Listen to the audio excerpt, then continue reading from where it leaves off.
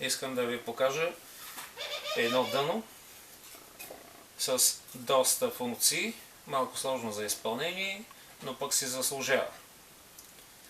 Да го разглобим. Решетка,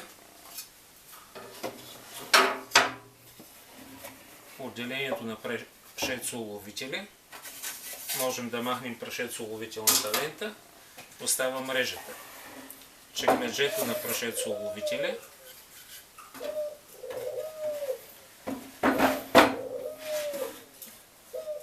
връчичка за достъп до отделението за твърда храна.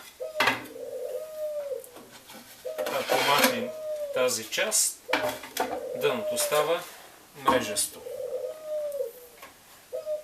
Да го сглобим.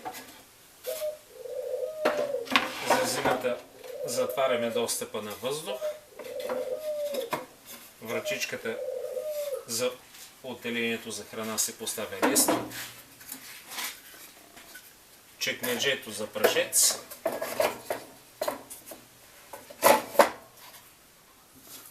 Когато събираме прашец, можем много лесно да поставим прашецо-уловителната лента и дъното е готово за използване. Отделението за твърда храна е достатъчно голямо, пчелите имат достъп до него и тази решетка предотвратява градежа на далаци.